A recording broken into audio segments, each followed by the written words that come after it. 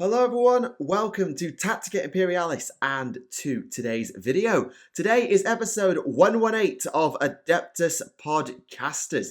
That's quite a much easier number to say. Joining me as always is Remlaze from 40k Theories. Hello everyone.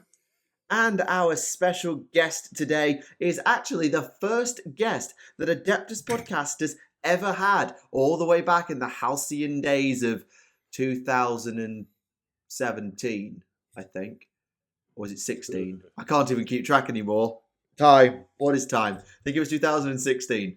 Anyway, ladies, gentlemen, Xenos of all ages and everything between, I give you Dr. White. Hello, my children. It's been quite some time, hasn't it? I'm here to say sultry tones and make you all very uncomfortable. It was 2016, yeah. Yeah, it was. I thought it was. I couldn't remember when I went to university for a second. I'm tired. But it has been a long time since you were actually on the show on your own, White, because... Oh, yeah. Most of the times I'm just gate crashing Thunder because now I literally live beneath him. Ooh. Ooh. No, we live in the same flat now, so... That nerd lives above me rather than down the street. Yes, you did make a rather impactful entrance during Thunder's most recent appearance, as I recall. But alas... Yes. I'm just enjoying a nice... well, this is ironic. I'm enjoying a Corona beer.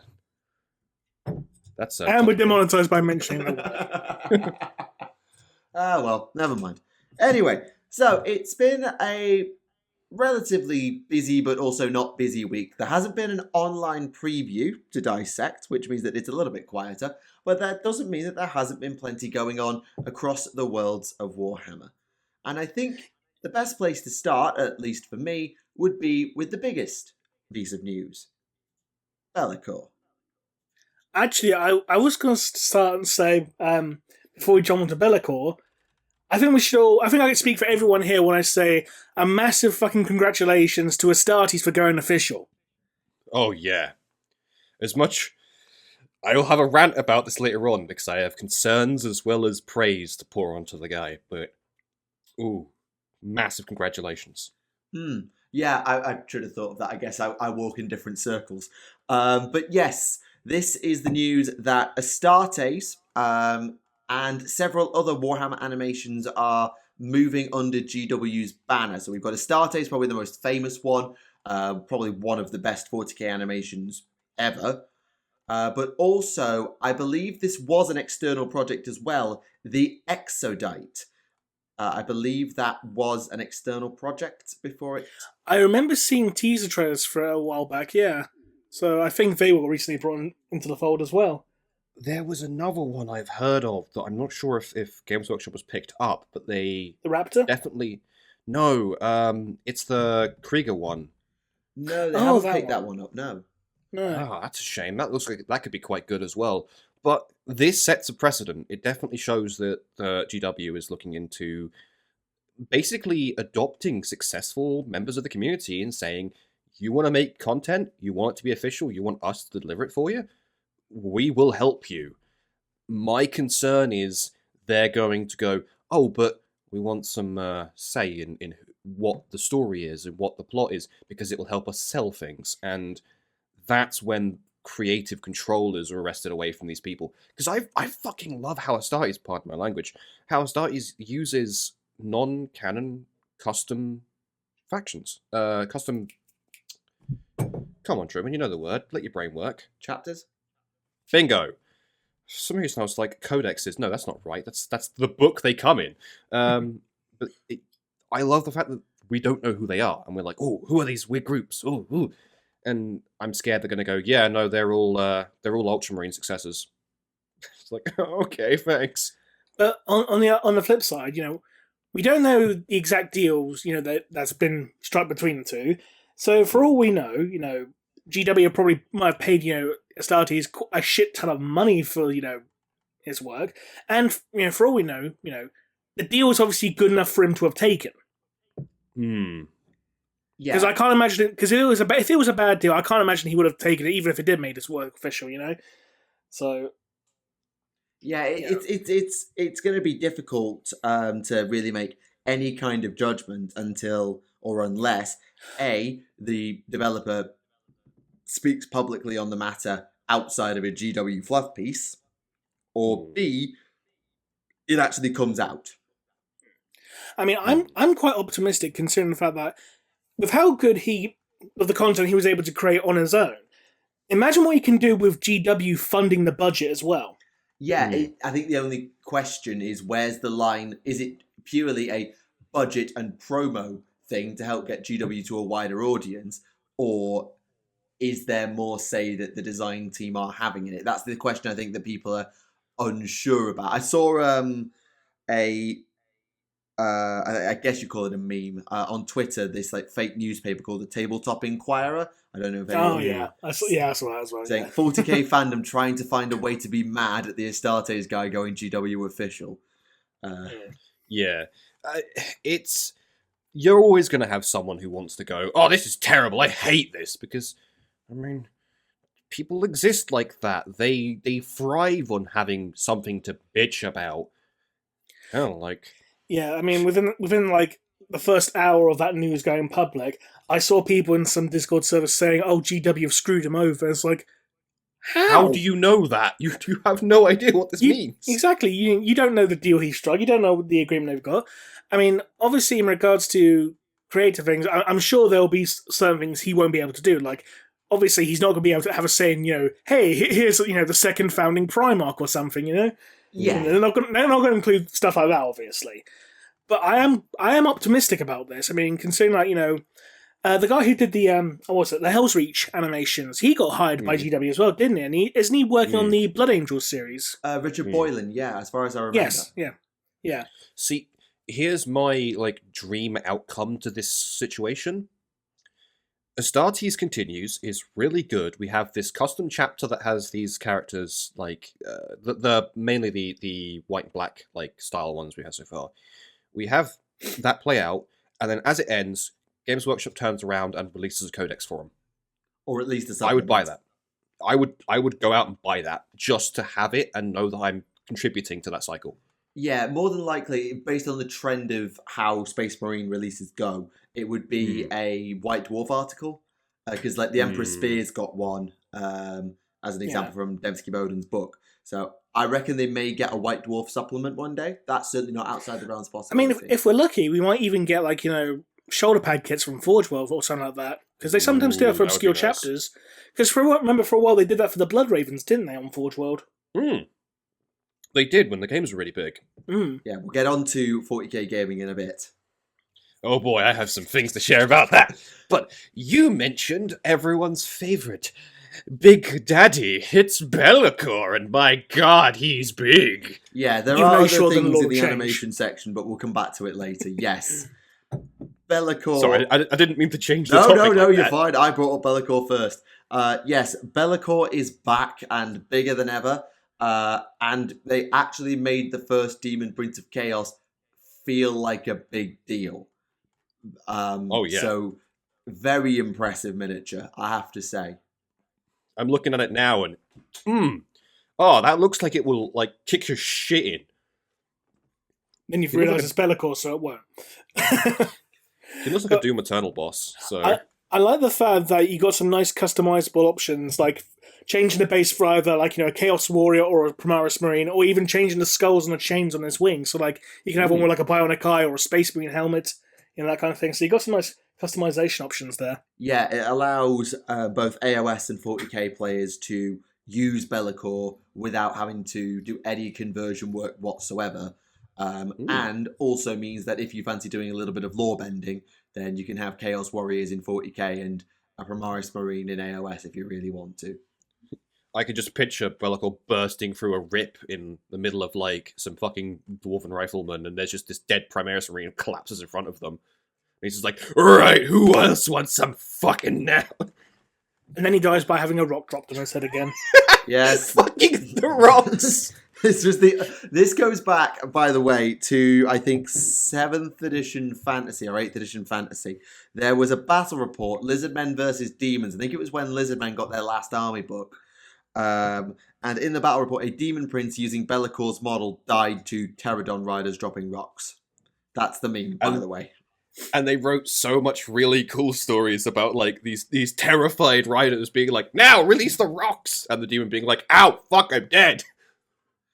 Yes, because they used to. Well, not used to. They still do, but they had a lot more narrative weaving through some battle reports back then. Oh, I do miss that. I still remember when they put battle reports in the army books and the codices back in the day. That's really back in the day. Yeah. I think in 40k, you only had the battle report in one codex, and that was the Space Wolf codex, because it was Space Wolves versus Orcs, and it was before the Orc codex came out, so they're using the beta rules for them. Ooh. I remember in 5th edition Fantasy, you had a battle report in the Orc and Goblin army book, which was Orcs and Goblins against Dwarves. Man.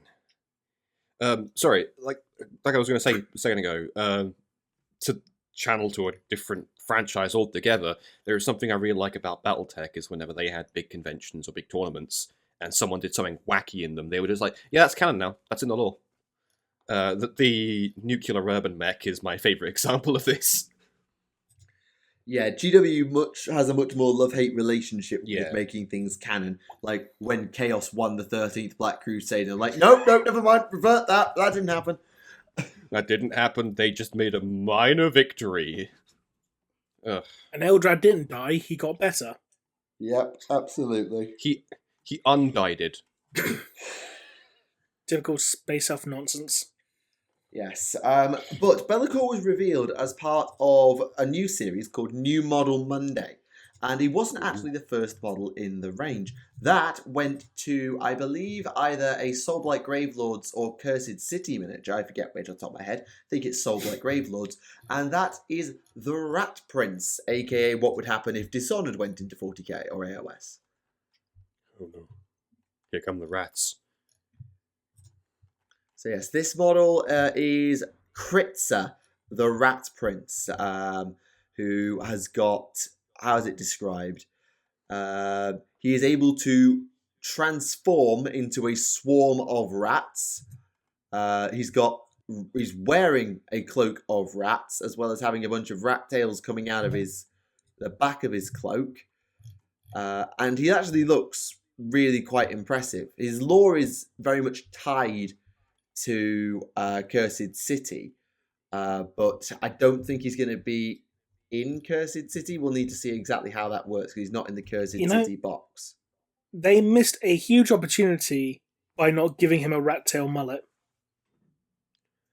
Oh, damn, you're right. I mean, the weird sweepy back, like, tight... No, they've done better. The tied up weird hair is like a king rat knot. Rat knot? That's a thing? Yeah, a rat king is where a bunch of rats, like, tie their tails together by... Oh, I thought you meant as natural, like a hairstyle, rat knot. No. Although a rat nest is what my parents used to call a real mess of a haircut. But that's a different thing altogether. Yeah, it looks like a bunch of, like, their tails tied together, which is interesting. But he does look cool. I mean, And I do think for a vampire as well, because he is a vampire, that it's quite nice, because the vampire range, the Soulblight Gravelords range we've seen so far is Bat Hair, Rat King, and Massive White King Skeleton. We don't know anything else that's going to be in the army yet, but they've certainly got a wide variety of kooky things going on in that little army of undead. And I'm sure that there will be more than one 40k player looking at that and going, right, if I just make the heads a little different, do you think I could make a cool rogue trader out of that? Because like the sort of narrow gaunt pose, the walking cane and sword, the quite elegant chest plate, I reckon that there's probably some people eyeing that model up for 40k conversions. You could probably tweak some of the rats as well, make them slightly more skullish or demonic. You know, twisted horns and kind of things. Yeah. Which, go on. Yeah, sorry, I was just sort of, I think I can see what you mean. The kind of weird shit a road trader would wear on his shoulders. He's like, I killed this once. You mean your bodyguard did? Shut up. We don't talk about Mr. Ogren Mittens the Fourth. He died as he lived, dumb as a brick. Right. But alas, Dear, oh dear. terrible jokes aside, that is a really cool model, and I am genuinely loving some of the new models coming out. I feel like this has probably been said before, but I haven't been here in ages, so I'm going to say this. I genuinely feel like the sculpting quality has gone so much up in like the last year, 2 years. It's just, I mean, even going back, like I'm looking over at my display case, I'm going back to Marathi and the Eidolon of Matlin in 2018. And then you move forward in time, you end up with people like Katakros or the Silent King more recently. You've got Magnus, Mortarion, and Gilliman across sort of the 2017-ish time. There certainly has been a really high-quality gamut of quality models, particularly for characters. And even the base units are... I find most of the time they get their core units just the right side of over-designed. They're complex enough to give you a lot of freedom on modifying them to make them unique for yourself. As long as you're good at conversions, because, oh god, they're all monopose now. Oh, yeah. But I mean, that cuts down a lot of the difficulty in assembly, I guess. It is interesting. Like, I think I remember this with Chaos Space Marines. People saying like that because the armor's now looking a lot more baroque and sort of like that old school style with lots of filigree and lots of detailing, that it's almost too much detail for possibly newer paints. I don't know. I've been painting now for 10 years, so. I don't really qualify as a not good painter anymore. I'm at the very least acceptable. I mean, as the patron of the Grey Army, I will admit painting scares me, and I don't really want to try it out myself for fear of ruining models. As also the creator of Thin Your Paints, the hit video that I still get random comments on. It's just like, oh, I really should announce that I don't paint because I can't. Ugh. Just think of all the money that video's making you, though. I don't have it monetized. I can't. My YouTube channel can't be monetized because I accidentally broke some rules like 7 years ago. Suffering. Oops. But anyways, so what else is on the agenda, my dear boys? Well, speaking of suffering, I think we need to press F and pay respects to the Exorcist chapter who have had their backstory murdered. Ooh. Now, I'm not familiar with this, so please fill me in. So, March's White Dwarf offers a lot of things, and I think April's White Dwarf has got the gaming stuff, which we'll get to later. But in the preview article, they discuss the Exorcist chapter, who are getting something, an index of their own. Mm-hmm. And for a long time, the Exorcist chapter's origins have been, shall we say, unclear. Their ability, the fact that they're all possessed and exorcised, and so on and so on, led many to think, and it was almost, I think, sort of very much said outright in a novel somewhere, that they were Grey Knights. Yeah, it was stated in the short story Headhunted, which is part of the Death Watch series by Steve Parker, that the Exorcist Marine Roth, he outright states that his chapter was born from the seed of the Grey Knights. And this was also further supported within Death of Antagonists, when they talk about the... there was a Chaos Space Marine Warband now formed from members of the Exorcist chapter, and they talk about how the chapter was founded in Segra by both the Ordo Melius and the Ecclesiarchy. But that's been changed. But that's been completely changed because apparently, according to this new Index of Styles article, they were just a regular old Imperial Fist successor chapter founded normally, and then they only started becoming, the whole demon exercising thing after they fought a campaign against demons one time. So it's so completely against everything that's been pre-established about them. That's such a step down. Though one thing that was interesting, because when I mentioned about this on Twitter, both Garth Thorpe and ADB chimed in on this, and apparently, according to ADB, that the statement about the Exorcist being a Grey Knight Successor chapter was never actually meant to be stated. So basically, it was a case of Steve Parker wrote something a bit more hardline than he was supposed to. Winging it, being a bit more, whoa, radical. Yeah, but then again, that makes you wonder, if that is the case, why didn't the editors pick up and say, you can't do that, mate? Well, I mean, things do get past QA. It happens. Yeah. But certainly, it's been interesting because people have been saying, like, the fandom, I remember, I don't know who said it, but the fandom rushes to, as soon as they find one sliver of information, they'll rush to make it canon and be like, nope, that's it, fixed, sorted now, and anything that deviates from that is wrong. Because sometimes things are really cool and we want them to be cool. There's also a case with some like chapters, factions, characters, etc., that one piece of information is literally the only piece of information. So it's like, you can't blame people for wanting to rush to that one piece of information where there is literally nothing else to go on. No, absolutely. And when it was stated I didn't read Headhunted, I read the mainline Deathwatch books, but when it was stated that the Exorcist came from the Grey Knights, my brain didn't even question it.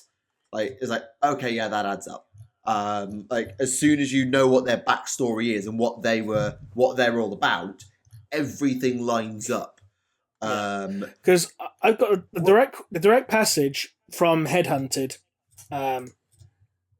right here, and so to read it out, for those who haven't read Headhunted, that was why Rolf has been sequestered to the Death Watch in the first place. The Inquisitor had never said so explicitly, but it simply had to be the case. As enigmatic as Sigma was, he was clearly no fool. Who better than an exorcist to watch over one such as Karas? Even the mighty Grey Knights, from whose seed Rolf's chapter had been born, could hardly be more suited to the task. Which seems pretty cut and dry to me. But... yeah, that's pretty straightforward.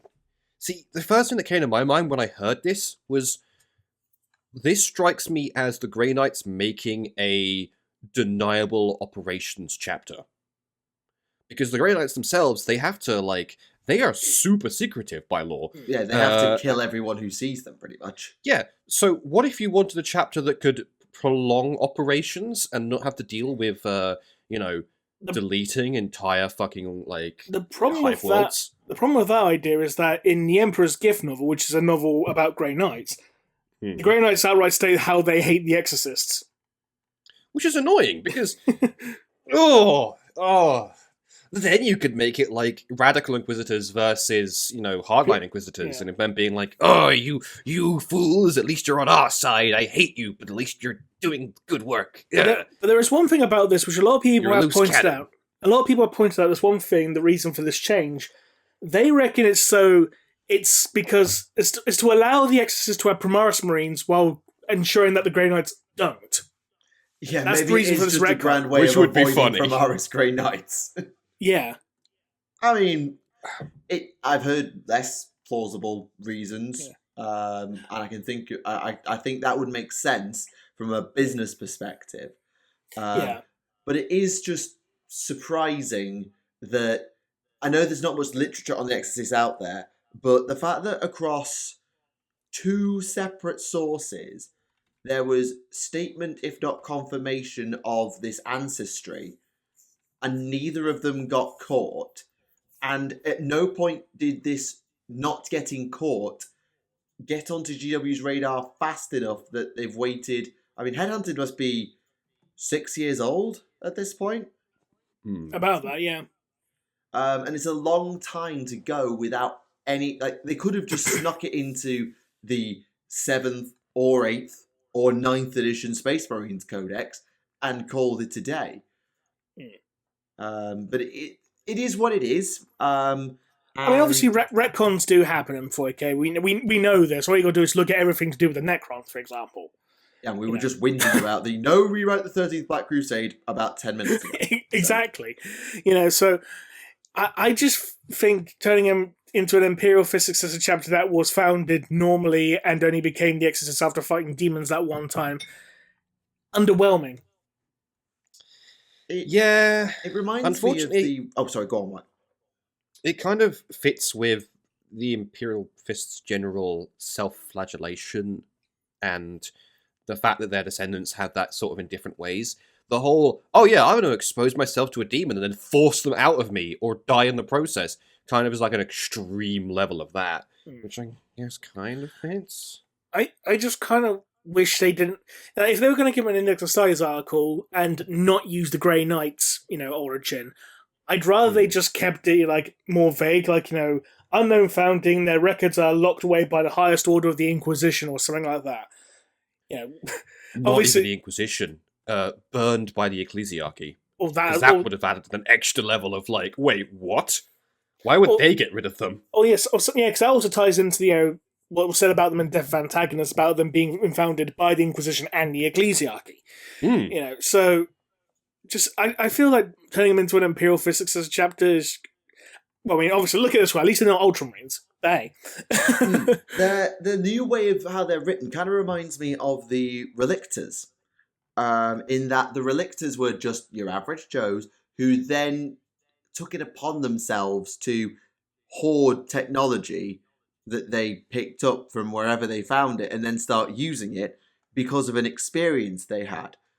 It's quite common for chapters to start off normal, go through a harrowing nightmare or something where they find a target of opportunity, then reform their ideology around it. I understand that, but just saying the chapter was, if the chapter was established as a normal chapter, then how do you tie it into the fact that they were supposed to have been founded in secret?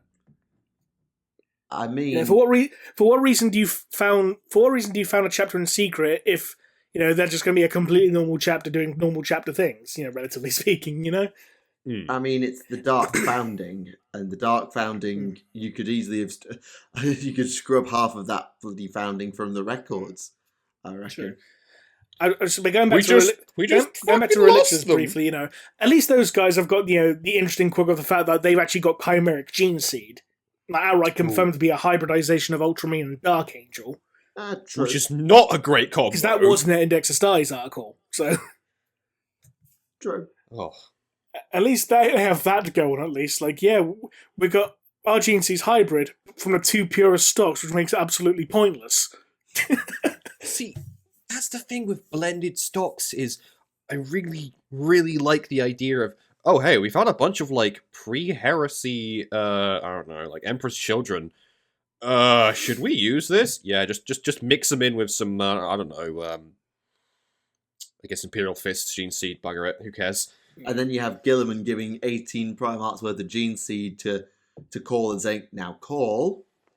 Don't mess with this. Yeah, I have things to add about Call, because I've started reading Gate of Bones, so I'm going to come back to Call later. But while we're on this White Dwarf, this is actually the White Dwarf that contains several things, in fact. You will receive the Munitorum Field Manual 2021 Mark 1. So you get an updated points values for 40k in White Dwarf. It's the only way to get a printed version is in White Dwarf.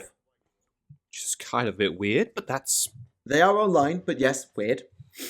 And you will also get a Steam voucher that unlocks access to, not one, not two, but hang on, my Google just crashed, to not one, not two, not a stupid number, but 12 free... You said not any stupid number. That's a stupid number. That's a lot. That's a good number. A nice...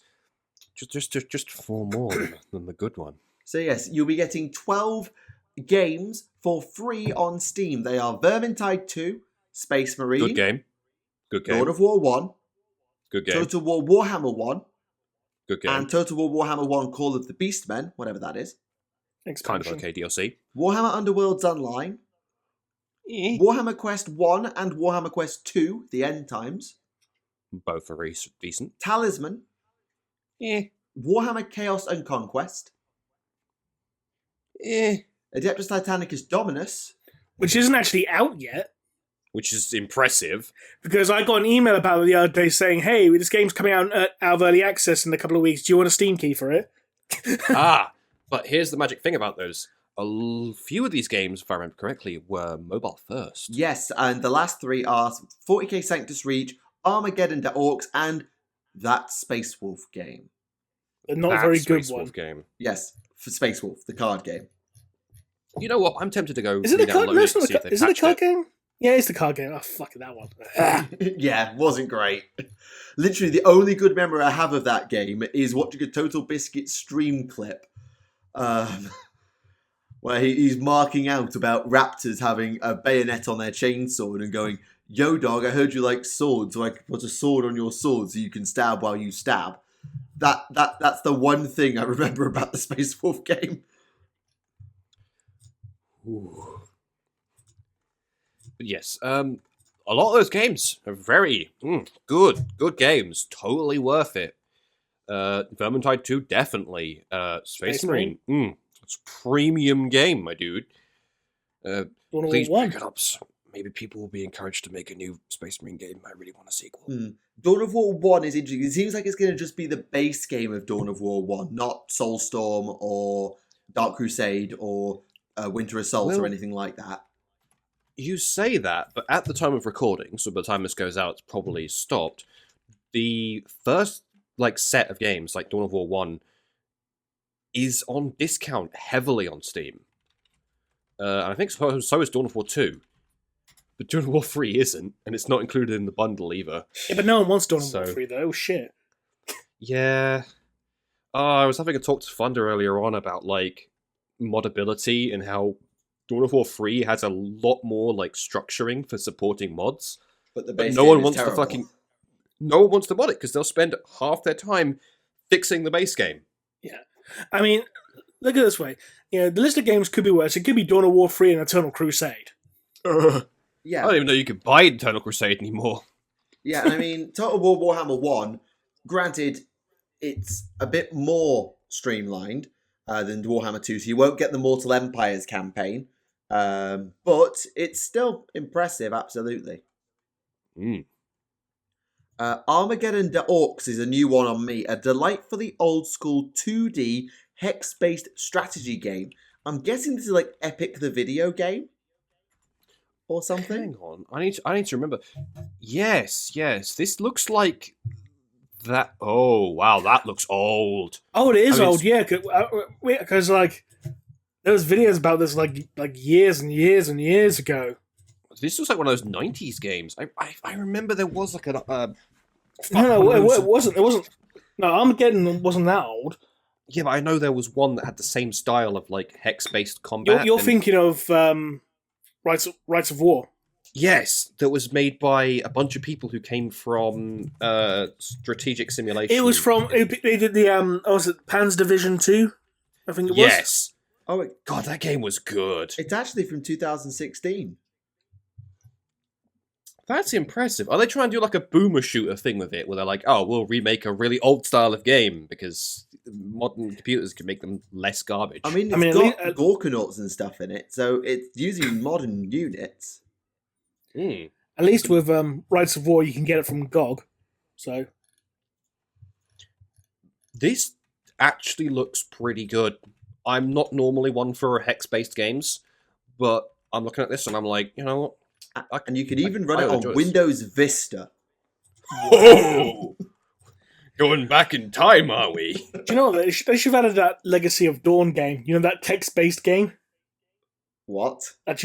Yeah, on Steam, there's a Warhammer choose-your-own-adventure text-based game called Legacy of Dawn. As in Rogel Dawn? It's basically, it's about the Imperial Fist. It's called Legacy of Dawn. That is amazing, and I kind of want to play it just out of spite now. I don't even know how much it is on Steam, or if it's still available. It should still be available. But less. Oh, sorry. Yeah, Legacy of Dawn, Herald of Oblivion. Old Warhammer games are always a really interesting thing to dig up because you can definitely feel a lot of. Oh, no, never mind. Apparently, they've actually removed the game from sale. Oh, that's a shame. Actually, speaking of things that are not there, there's one game that is missing from this list that I would have really liked to be there, and that's Gladius, the sort of 4X game. Ooh, that's an interesting choice because I've had that. I've never played it. Is it worth it? I saw Angry. I admit I haven't played it myself. But I saw Angry Joe's review, and he absolutely loved it. Now I've heard that's not. it described as just Civ. So It seems a lot more bloody than Civ in terms of it's a lot more aggressive in terms of play style. So it's Alpha Centauri then. I don't know the best comparison. I've only seen one review of it, but it was very positive. I think did it make its top 10 games of the year? I mean, Steam's current reviews, they are all very positive. This seems to be very, very much liked. It's just I was looking over the Steam pages for Sanctus Reach because I had no idea what it was, and Armageddon because I had no idea what it was. And Gladius's name just pinged up, and I was like, "Oh yeah, Gladius is a thing." Sorry to interrupt. Going back to that Legacy of Dawn game, it was actually a proper choose your own adventure book as well. That gigantic squig looks like a flipping floater from Doom, but on legs. That was Gobbler from the original Warhammer Fantasy, 5th edition Warhammer Fantasy. Gobbler. It looks like a caco under legs. That's adorable. But yeah, it was an actual choose your own adventure book that you can get on Amazon for the low price of $768.57. If you want it brand new, obviously. But what the fuck? That's if you want it brand new. If you want it used, you can get it for $354.38. Why? Who would pay that much? I know we're in the realm of plastic crack where you can look at our vaguely one shelf filling collection and go, that was a good grand well spent. One shelf? One shelf? I'm in its own fucking cabinet, mate. Well, some of us buy more expensive things. Oh my god. Speaking of expensive things and wasting money, and because I brought up earlier and I want to remember it again, I went back to watching the Fin Your Paints video because sometimes I like watching my own stuff. And there's a Baneblade in it that I thought was just badly painted. And I was like, yeah, this is bad. And I looked at it again. I looked at it closer. They've glued the tracks on as individual segments. And they're backwards. Oh, no. And it's like, my god, this thing costs like 200 quid. What the hell is wrong with you? I admit, I still remember back in the early episodes of the podcast, I was building Chateau Arachon while we were on the air. And I built it just fine. I finished it and I started painting it. And I was like, hang on, its legs are on backwards. That is uncommonly. I was wondering how I'd got his legs so straight. I was like, oh, I think I put his lower legs on backwards. What? Because I was so distracted by the recording that I built his lower legs on freaking backwards like an idiot. I still don't know how I did it. Could be worse. I mean, on the topic of weird, strange things, I've really wanted to get a Sentinel model and a Dreadnought model and swap their legs just to see how they look. Because I feel like a Dreadnought on Sentinel legs would look like the funniest, Patrick Star in fucking Stockings image. But the Sentinel on Dreadnought legs would just look really dumb and look at me, I'm a little walkie boy. It's what if a Defiler, but 100% more dirt? Basically. But speaking of weird models on a more modern scale, I think it is best that we dive into the Water Guild. I was going to try and make a joke, but I already made it myself by saying dive into the Water Guild of Necromunda.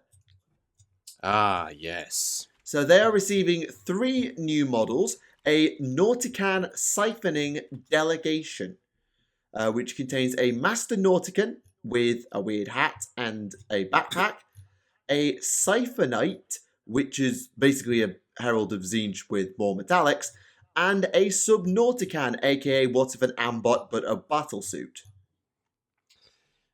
And I fucking love them. They are amazing and I want them. I don't even collect this, but I want them. I mean, they're Look very at that good. boy! Look at that big boy! Yeah, it's nowhere near close enough to make a Bioshock reference, so I wasn't going to try. But oh, you could have tried. I'm not that good. But Just swap out his hand for a drill. There you go. That's what you need to do. Yeah, it's just that the head looks all wrong. It's far too small to work for a Big Daddy. But still impressive models, very much so. And I can imagine that if you can I can imagine like a highly mechanized Chaos Space Marines player might like one of these, like their sorcerer or Dark Apostle type character. Admittedly, AOS Zinch actually has mortal heroes, and that staff for the Cypher Knight looks so Zinchian to me. Yeah, a lot of this looks like it's been collected from other sources. Like the chest plate looks kind of Eldar. Very Drakari, actually. Yeah, and it's like, wait a fucking sec. Where did you get that from? Also, they're barefoot. Oh yeah, they are. Except for the big boy. Well, yeah, because he's wearing dive suit. Big boy, chunky man. I like the one canister on his chest that's broken, and they've modeled like the fluid spilling out. That is a very nice touch. You know what I was saying earlier about like, wow, I love how these models have increased in quality. This is exactly what I was on about. It's like, oh. Also, wait a fucking sec. No. What?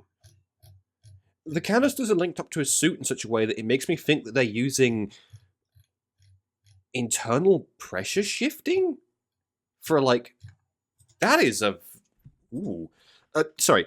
Technology for making submarines and like deep sea suits work would be to fill the suit with a water pressure, and have you having like a breather on, and then slowly equalize the pressure. So your suit still protects you, but the pressure inside is not as massively different as full air would be. So it loosens the stresses on the suit somewhat, and means that when you come up, the pressure de-equalization or coming up means that you're safer from, say, the bends or anything like that. Yeah, you can not have your eyeballs pop from the pressure. But I actually genuinely love these models, and if I were to collect a Zinchian army, I would definitely collect those two, because they would fit right in. Yeah, I'm trying to think of a place for the Subnauticon. I'm thinking of the right army for it, because like Admech Castellan robots, we don't know the scale, but I feel like it would be a quite cool melee variant on the Admech Castellan robots. Heretics making their own stuff. Innovation. True, but they haven't got any official rules for them yet, unfortunately. True. Now that is a rulebook I want to see, is a full Heretic rulebook. A Dark Mechanicum Codex is long overdue, I think. I want that. Ugh. Alas. Yeah, I think the biggest reason why they maybe haven't done it, besides they have and we just don't know about it yet, is because of the way heretics work, is that kind of like orcs, everything they do is unique, custom, and stuff like that. Yeah. So and there's no organization amongst them as well. And that, absolutely. So the challenge is making an army that there is no way it can be third-party licensed, because obviously GW is very protective of its characters and never creates characters that it doesn't have a model for. But it also doesn't want to remove the scope of hobbies from creating these super wacky, crazy conversions by creating a standard template, which would make no sense, which is kind of why I think the Looted Wagon went away, except for open play, because it was really cool, and I love the Looted Wagon, but it went away because they could never create an official model for it. It would make no sense. Yeah, it never would look right. What is that massive model there? It's a Looted Wagon. Well, it's slightly different shaped from my one. Oh, great. Yeah, exactly. And I feel like heretics would do the same. Like, what does a heretic cultist look like? What does a heretic transport look like? Depends on what resources they've got to hand and who you ask, and what mood they're in that day. So, I know orcs have the same problem. I know, but at least they have a society that works. See, I would fix that problem by writing bands of heretics that like follow either individual gods or individual Chaos War bands, or are of regions, and then state, but these aren't all of them. You can do all this crazy shit. You can take, Mechanicus units and mod them and make them into similar things. This is just a set and a few things that they could have. Because, I want weird demon engines. I want tanks piloted by a screaming stripped torso that's jutting out the top like it's, one of those old graphics card box arts or a trailer for Quake 4. I want the cool, weird stuff that the Dark Mechanicus is said to be making. Like, they have like psychic spam mail that they developed. Scrap code. Which is basically a bunch of brains coughing up scrap code constantly over every Vox network. And it's like, that's so cool! Why can't we have that? We do. It's the Rust Sicarian infiltrators do it. Oh, yeah, but that's Imperial, and that's boring. Yeah, I say I absolutely would love a Dark Mechanicus Codex, don't get me wrong. I'm just trying to play devil's advocate and sort of work out GW's rationale. Because following your logic of, let's make different war bands, are you going to write 5 codices? Or are you going to make each set of models? Are you going to make 5 different armies in one book just to demonstrate variety? That would be tough. Yeah, it's because they've got to work with a unit budget of probably no more than 20 units, tops, including all characters, monsters, heroes, psychers, everything. They've probably got 20 units tops to work with because they're not Space Marines. Where? And I mean, it is possible to have multiple army lists in one single codex, because, like, back in 2nd edition, the Chaos Codex, for example, had, like, 3 separate army lists. You had Chaos Space Marines, Chaos Colors, and Demon World. I mean, you have it in AOS now with the Orcs. They have Iron Jaws, Bone Splitters, and then the 2 together. It's just that was 2 separate armies got rolled in later. Whereas if you're developing an army from scratch, like, it would be like the Lumineth having 2 separate army lists where these are the units you can take if you play this army, these are the units you can take if you play this army, and they cannot communicate because that would be weird. I'm just trying to think of the logistics of it, I guess. Yeah, it would be a bit of a nightmare to solve. You could probably make it like, oh, well, no, they're an addendum for existing Chaos Warbands, and their differences is not like a whole different model or character type, but it's just like, oh, well, if you're with this group, you can access to this equipment. But that feels like a bit of a cop-out, and also falls into that pit you mentioned earlier of making a standard, which then destroys creativity. Like, I mean, I take pride in doing conversions, but like, I've just... If I had the money, I would as well. Yeah, like, I've just bought a pile of Ideneth second-hand off of Twitter, and a pile of Lumineth second-hand.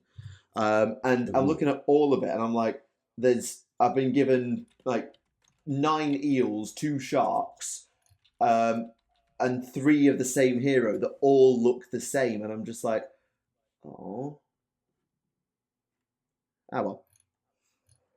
Well, I suppose it's all ifs, buts, and ums and maybes. Definitely. I'm gonna have to nip away for just a scant moment, and I'll be right back. But I'll catch you guys in a quick flash. That's fair enough. One thing I do want to touch on quickly, this was a Warhammer community article this week, but it was obviously revealed a few weeks ago, is the Abaddon Arachnid, which his official name is, where is it? Abaddon Despoliator, which is quite funny because they managed to find a spider, named it after Abaddon, or not a spider, an arachnid, named it after Abaddon, and it's completely harmless. References. So many references. Yeah. I saw a very good meme about it on Twitter. Just like, it's completely harmless. Harmless. Harmless. Wah. But I just think it's pretty cool, the fact that a new animal has been discovered and a name after a Warhammer character. Yeah, it is good. And also, in terms of references, I think it was the snooker player, Neil Robertson, who is also Australian, actually, in Segway, has went on the record saying he's got a huge Warhammer collection. So certainly there's been a bit of mainstream attention put onto the hobby in one way or another. And speaking of things that got a lot of attention, Warhammer Adventures is over, or about to be.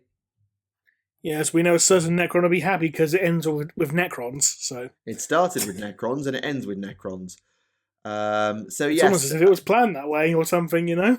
Almost as if, yes. So yes, this will be the 6th book in each series and the final one as well.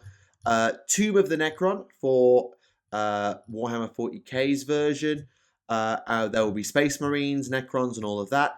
And Battle for the Soul Spring, which brings our heroes back to the home city of Lifestone for the end of the AOS version, with Night Haunt at the forefront. Now, I admit I never got round to reading any of them, but once they got past the first episode, people stopped complaining, so they can't have been terrible. Mm. My apologies, gentlemen. Didn't mean to nip away just then. That's fine. Right. We've just been discussing the end of Warhammer Adventures. Oh, I'm honestly quite surprised at how that turned out. Do you recall when it started and everyone was all like, Yes. oh, it's going to be so bad. Oh, Oh, yeah. yeah. I'm quite impressed with it. You've read them, have you? I've seen chunks of them. I haven't read them properly, but I've seen PDFs of parts of them uploaded to the less savoury parts of the internet. So, I don't strictly dislike them. Oh, good. They haven't destroyed the fandom like everyone was claiming they would do when they were announced, so... Yeah, absolutely. Other than that, that's most of the news covered. A couple of quick PSAs. The contents of Kill Team, Heavy Intercessors, and Flayed Ones will be coming out in May, so about 2 months from now. We got confirmation that the Lumineth Realm Lords are definitely evil and brainwashing people. Yay. We got a detailed look at the Dead Walker zombies, and we also got a bit of a look at the Drukhari Codex and how that's going to fit together. The final point is actually going right back to the start of the news and the animations, because whilst everyone's been talking about Astartes, and rightly so, it wasn't the only one, because we mentioned the Exodite, a Tau-themed animation, actually, with one of the most uncanny valley things White has ever seen, apparently. It looks like the main character from Hunt Down the Freeman, like with the scars. Fair enough. I like it. I like the looks of it, but just this one picture of the character with scars over their eyes, it just makes me go, "You fucked up my face." I mean, considering the fact, it's meant to be an alien, isn't it meant to be uncanny? Yeah, true. It's not meant to be human. It's not meant to be, recognizably human or anything like that. So. Don't misconstrue my sensation of it being uncanny to me disliking it. I think it looks good. It looks unique. Compared to the other animations that are announced alongside it, it's like, that could be quite a fun thing to keep an eye on. I mean, Tau player, yes. I've seen some people complain saying, it's called the Exodite, but it's not featuring Exodites. Like, well, if you read the blurb, it says like the Tau are going to a new world. So it's probably an Exodite world, We're probably like, yeah, no, I'll join the greater good. Yeah, let's see what this is all about. And then it horribly boils down to the Tau being like, we really can't work. It's probably more a case like the Tau say, hey, this world seems prime for colonization. Oh no, we're being attacked by space elves riding dinosaurs. Why do they keep showing up? Commander, I'm certain I saw a weird glowing, green dude stealing, an entire building. Don't worry about it. That's a reference to treason. Oh. Yes, and there were 2 further animations announced. Primaris the Last Templar, a short cinematic series on the Black Templars, obviously, and also Iron Within, I think it's called. Which is going to be an Iron Warriors and Drukhari based story. So, and the Iron Warrior in question looks particularly badass. Iron Within, Iron Without, Iron Shake It All About. Had to be said, I'm sorry. Fine. But yes, I just thought I'd mention that those do exist, because I know obviously Astartes gets all the talk straight up, but there are several other animations that were previewed at the time, so I thought it would be worth mentioning them. Understandable. And with that, we have done the news. It's only taken us 55 minutes, but we've got it done. So, I think the best segue now is to go from things that are up new to things that are very old but also new, and that would be Mortis, because we need to pick up with the story of the Siege of Terror Book 5. Remlays, fill us in. Right, I just want to point out, I still haven't finished yet. I'm about 2/3 of the way through. It's the biggest Siege of Terror book yet so far, so it's going to take you a while when you finally get to it. Ouch. And we all know how fat Saturnine was, and it's fatter than Saturnine. Yeah, what is the page count on it? I'm just curious. About 600. I picked the wrong time to take a drink because I nearly just did a massive spit take all over my computer. That's a lot. Oh. Well, it's definitely over 500. And I can't remember if it's actually 600 because my book's all the way over there, and that means I was having to get up. It's like, can't be bothered. I'm glad we're getting nice long books for this chunk of it though, because I mean we've been building up for that. I'm hype. Absolutely. So, do you want to add the spoiler warning? Yep, spoilers begin. There is a time code in the description if you need to skip and want to avoid spoilers. So, where were we? Spoilers. So, as I recall, Perturabo has bleeped off, he's and off, the Legio Mortis are about to go charge the gate. Yeah. So, Legio Ignatum is basically sallying forth to face off against Legio Mortis in battle. They see him, they get in range, Ignatum start opening fire, Mortis isn't firing back, a whole bunch of them are just dying, and then Ignatum keeps firing, more and more engines keeps dying, and then someone points out, why aren't they shooting us? It's like, yeah, this seems a bit too easy. Oh shit, zombie titans now. What? Yep. Here they come! Zombie Titan! Yes, a lot of these Mortis titans are actually dead titans that were possessed by the spirits of demons. How does that fucking work? It doesn't. Oh, it does. Well, it clearly does, but also...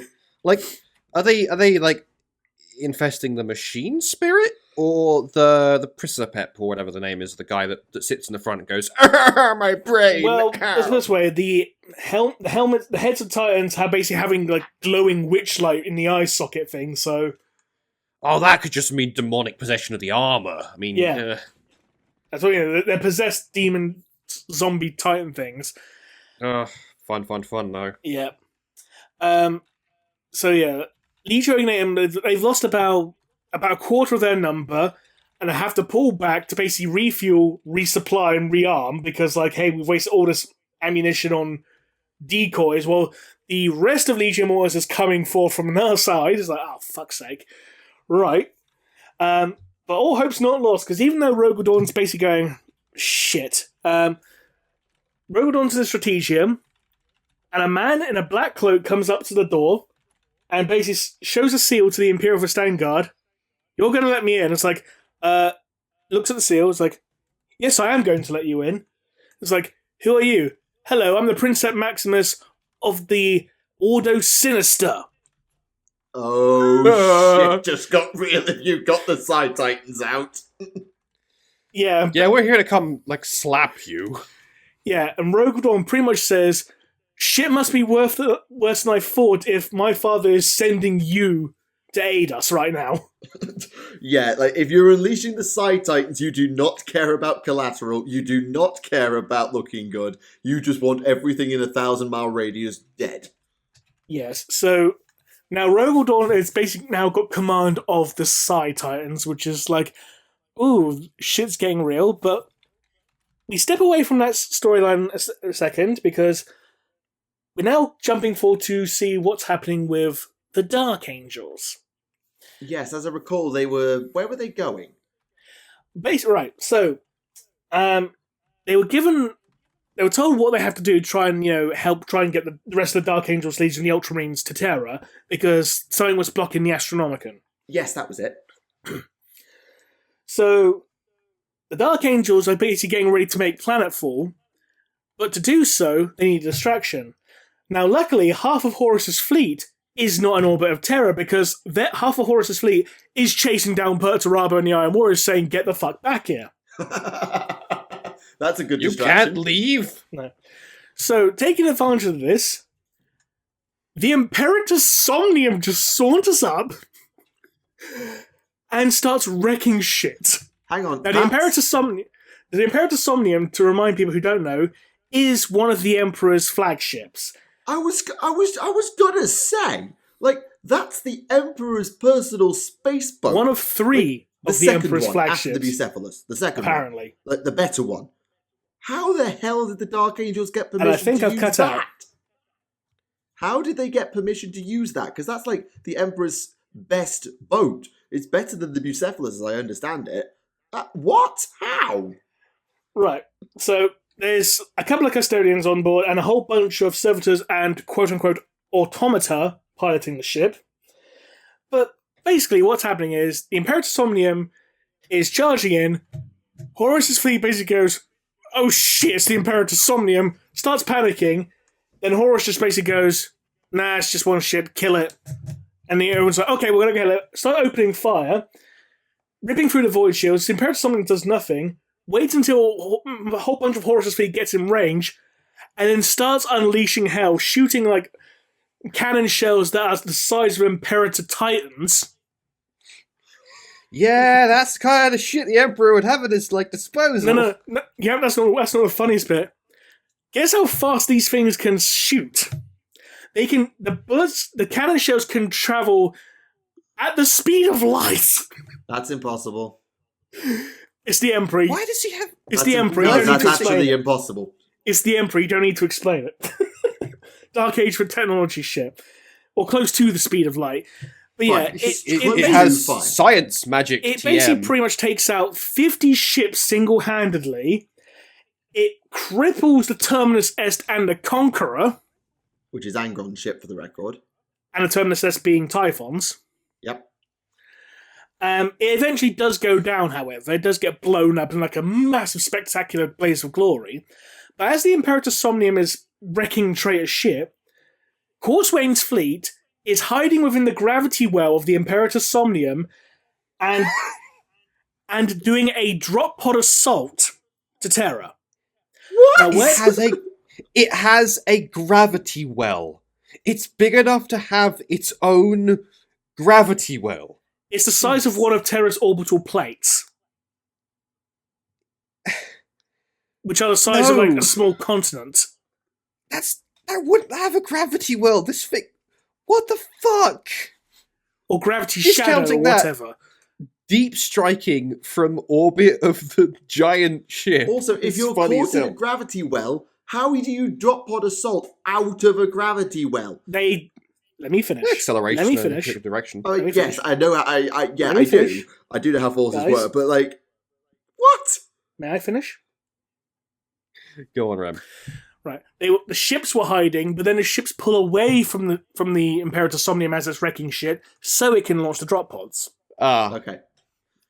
Still. Now, a the ship drop with pods its are own- launching directly for the Hollow Mountain, which, for those who are unaware, is where the Astronomicon Choir is based. Yes, that was confirmed in Chris Wraith's novel. The Hollow Mountain. Funnily enough. Yes. So they get to the Hollow Mountain. There's a few automated defenses that destroy them. They break into the Hollow Mountain itself. And there are warriors from the Emperor's Children still around, even though Fulcrum was basically fucked off from the siege. There's still got some warriors on Terra. mhm. And it turns out that the Emperor's Children have summoned a demon within the Astronomicon Choir that's basically taken control of it, called, appropriately enough, the Chorus. Yeah, how appropriate they got a demon called the Chorus take over the Astronomicon Choir. As you did. Yeah, and it's also the Emperor's Children because music, lol. Yep. Anyways, continue. And so the Dark Angels get into a huge gunfight against demons and Emperor's Children, blah blah. And it appears that Corswain has slain the Chorus demon.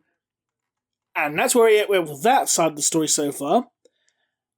And we'll jump to the Elanius Pius storyline, because there are a few bombshells that I've dropped in this particular storyline, which is why I've saved it till last.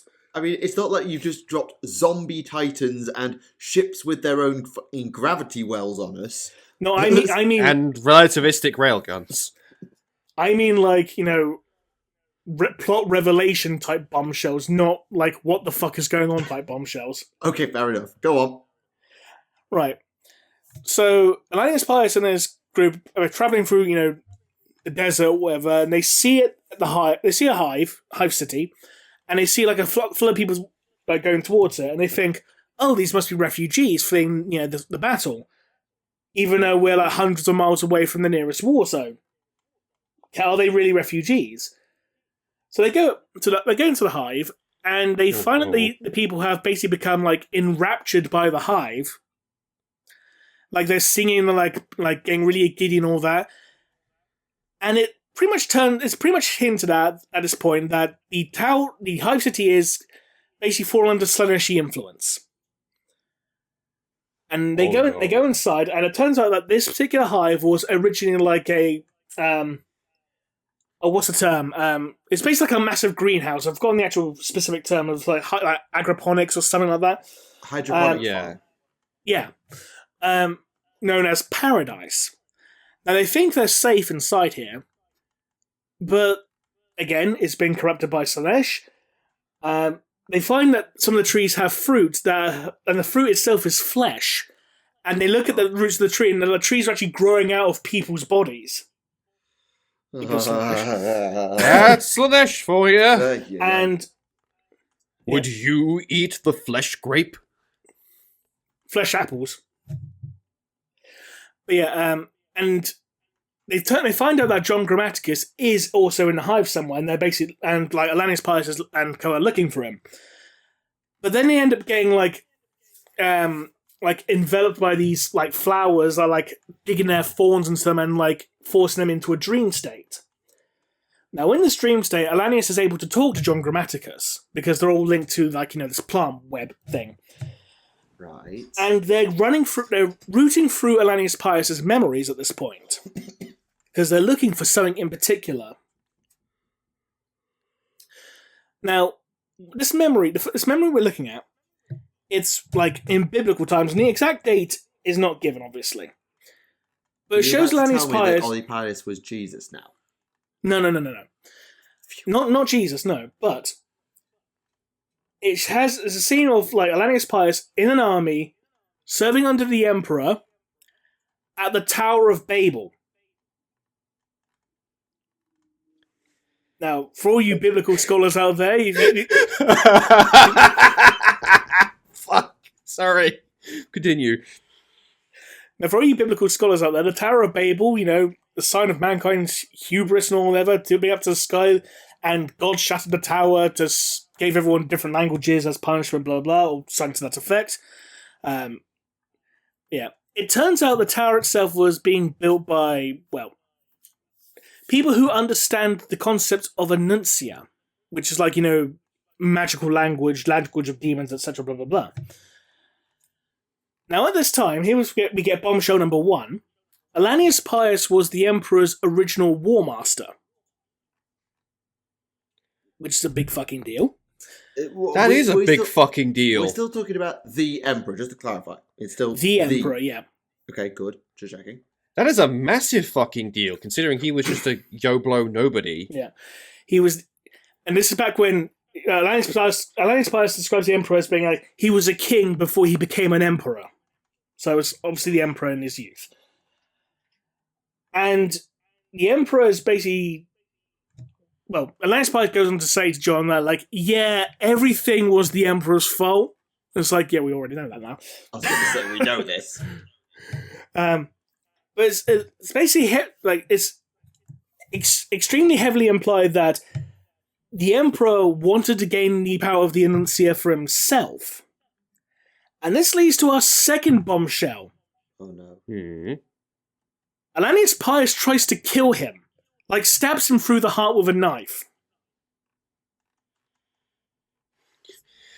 Emperor, you can't do this! No, I want the fig! No! Bad Emperor! Take knife! Also, the fact that the Emperor has now been nearly murdered by 2 separate War Masters, you'd think he'd stop giving people the bloody title.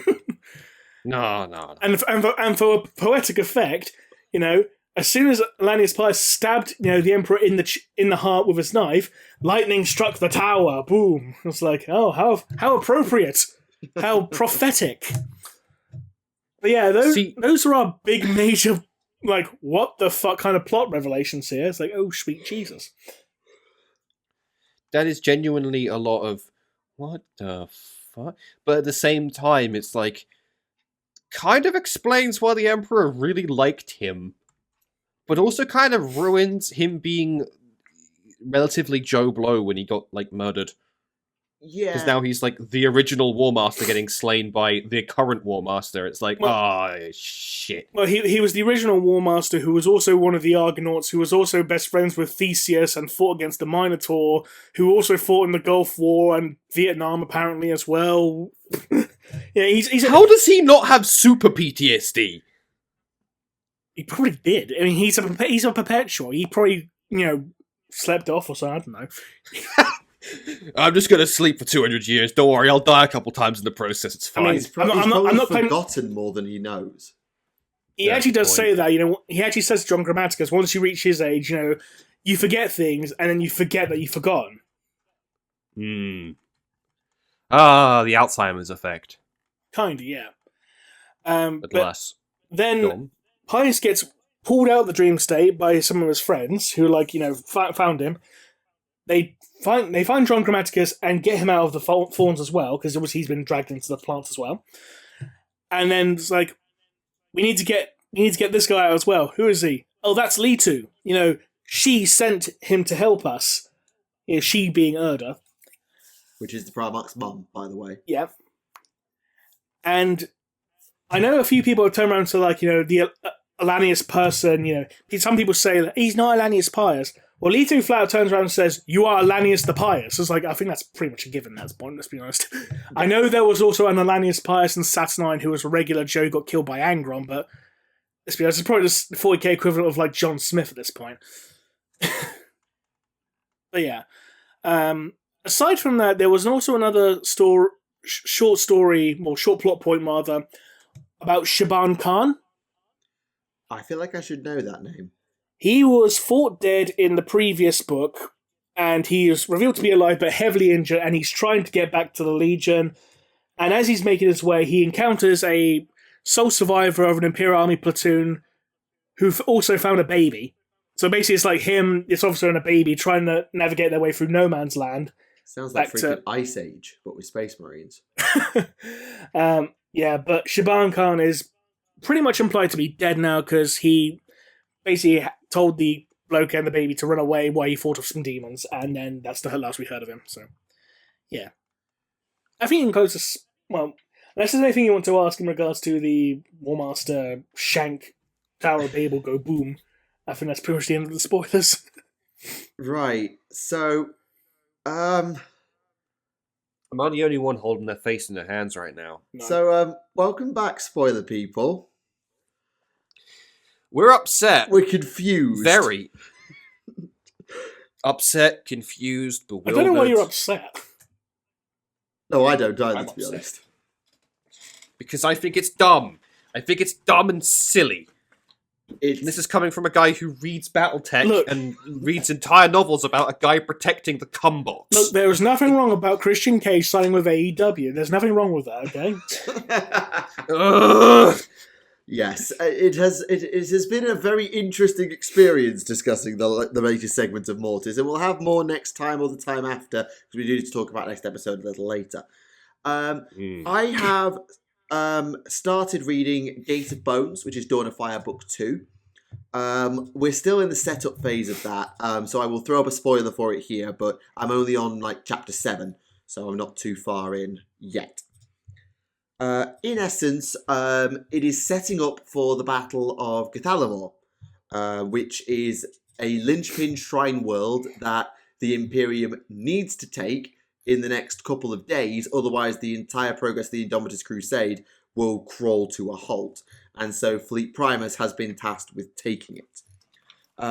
We get more time with Fabian Guelfrain, the Historitor from Avenging Sun, which is quite an interesting character because he is completely not overwhelmed by anything and has a very dour mood all the time. It was quite funny, actually. He was talking to this Imperial Fist Grey Shield. So talking to this spaceman, like, you seem delightfully humorous or strangely humorous all the time, Astartes. And you seem to get on very well with my serf. Well, and the Imperial Fist is like, yes. Have you ever tried asking his opinion? And Guelfrain's like, actually, no, I haven't. And this is not just a random jobber. This is some guy whose family has served his family for generations.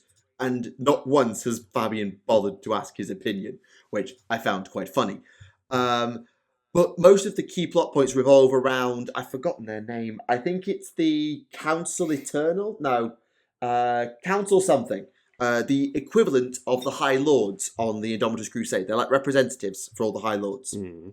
And That includes navigator houses and so on and so on and so on. And on that table sits Call. Oh boy. So Call is the Mechanicus representative on Gilliman's High Council. That's not good. Conflict of Yeah. interest, much? Maybe. But the one thing I find funny about Call is that Call is a massive troll. I mean, yeah, it's cool. Because, like, I think it was Cole was projecting the tactical maps onto the screen, onto the hololith or whatever, and the Admiral says, please enhance on this section. And Cole does and says, there you go, thank you, happy to help, yes, yeah, always willing to, yes, Belisarius. Because Cole just keeps jumping in and trying to interrupt the Admiral with a completely platonic remark. It's like, I'm happy to help. Yes. Thank you. Good. Always a pleasure. Just constantly cutting this Admiral off, and Gilliman literally just side-eyes him and goes, Belisarius. Stop being a baby bitch boy and let the Admiral speak. Yeah, I just read that and I found that very funny. I don't know why I found it very funny, but I found it funny because I've not read the Great Work, so I don't know what Cole really is like character-wise in the Great Work. Basically the same. Yeah. He's quite they play a lot more to the whole multiple personalities thing there as well, so that's a lot more bouncy. Yeah, maybe it was each of Cole's personalities trying to offer their own sort of, you're Each welcome. individually say thank you. And Gilliman was just like, no, stop. But they go through the campaign and essentially they were just setting up how they're going to deploy and why they need to do it so quickly, this, that, the other. And they confirm that there is something stirring on Githalamor because as a shrine world, it's obviously very much a sacred place to the ecclesiarchy, despite the fact that it's only that way because of Cardinal Bucharest, you know, the Plague of Unbelief guy, because he made Githalamor what it is. And essentially, we get one chapter so far with the Mordians, who are on the ground on Githalamor. Because at the time, Githalamor was a low priority. There was a very small-scale insurgency, and they didn't deploy any Space Marines. They just left the Mordians to deal with it, with a few Sororitas, and the Mordians were just to deal with it. Then, as I recall, I think it's the Iron Warriors showed up. Uh-oh. And they have spent the rest of their days bombing the planet to rubble. And the Mordians are sort of scrambling around, and essentially the entire planetary populace flipped. It's not like it's a small-scale insurgency backed up by Astarte's muscle. They basically flipped the entire core populace to the cult. And that will be leading, I assume, to trying to manifest this demonic creature onto Githalamor, which is why the time is of the essence, and is why the Custodes will be going in. There's a small shield host will be joining the Mordians on the ground rather than the Space Marines. I mean, on the one hand, they could say, well, they abandoned us, they left us to die, so, you know, what good are they? So you can kind of understand where they were coming from with the whole, you know, insurrection thing. But bear in mind, Githalamor as a world, all worlds across Imperium Sanctus suffered in the Noctis Aeterna. And by the standards of Imperium Sanctus even, Githalamor seemed to got off lightly. And what was there was deemed enough. Because bear in mind, when he was assembling the Indomitus Crusade, they talked about this in White Dwarf, Gilliman pulled every ship, literally every ship, back. Every troop, every ship, every anything that was not needed to hold a world was withdrawn. If what was there couldn't hold, it was withdrawn. If it could hold, it could stay. Gilliman was brutal. So the fact that Githalamor was allowed to keep its military forces suggests they had it in hand. Yeah. That, well, I didn't expect there to be that much of a problem. Well, that's it, exactly, because this incursion, this extra insurrection, and then the Iron Warriors showed up, definitely was not on their radar at the time. Yeah. Or maybe it was. Maybe there was an underlying insurrection that lied about what was needed to defend the planet. And then Gilliman was like, okay, well, they've signed off on it, so let's take all these things. And they're like, sweet, okay, all the fences are gone. Come on in, big old iron boys. It's time to finish fucking up this place. I guess we'll find out. I would say I'm only on like chapter 7, and no one's made Planetfall yet. So I don't really know exactly where we're going to go with it yet. Obviously, I know the Imperium wins because, well, the Imperial Crusade has to go on. But we don't know. Yeah, any but of the does that details. mean, does the planet get nuked or not? Is the question. As far as I'm aware, the victory at Githalamor is already locked in terms of the core story beats. In terms of Githalamor will be retaken, not cleansed, retaken. Right. Now, that's to say it won't be costly. They're sending in the Custodes, so it's clearly dangerous. Yeah, shit is obviously going sideways with the Custodes going in. Absolutely. And it was quite interesting watching Fabian observe this shield captain walk in, because this is a guy who does regular drills and chats with Space Marines on a pretty much daily basis, and yet the Custodes are still freaking intimidating. Helmed or not, they are terrifying to Guelph. Yeah. I suppose it's all part and parcel of them being them, though. Oh, absolutely. It's the Custodes' way to be a level apart from even the Space Marines. Like, I know it's probably like heresy to say this, but and not in the funny 40k way, I genuinely think a squad of Custodes could take down a Primarch. You know, like a 1-on-5 fight, I guess. A squad of Custodes could take down a Primarch. Well, didn't one Custodian almost kill Lorgar at one point? I think so. I can't. Yeah. Well, still, that's my And point. the only It's reason like, these guys are and scary. the only reason he the Custodian lost is because someone stabbed him in the back. I mean, yeah, Yeah, that's absolutely. about right. I think certainly 1v5 would be tight. 1v10, I wouldn't bet against the Custodes then. 1v5, I think, would be tight. Yeah.